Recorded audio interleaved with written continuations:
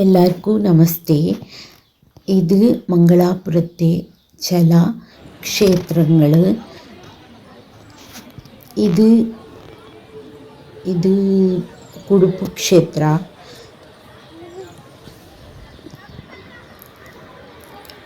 ശ്രീ ക്ഷേത്ര കുടുപ്പ്.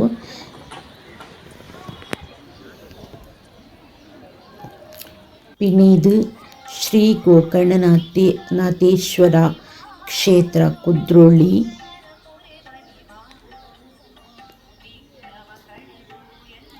നല്ലതുണ്ട്, നല്ല കാണാനല്ല, നല്ല സൂപ്പറായ ടെമ്പിൾ.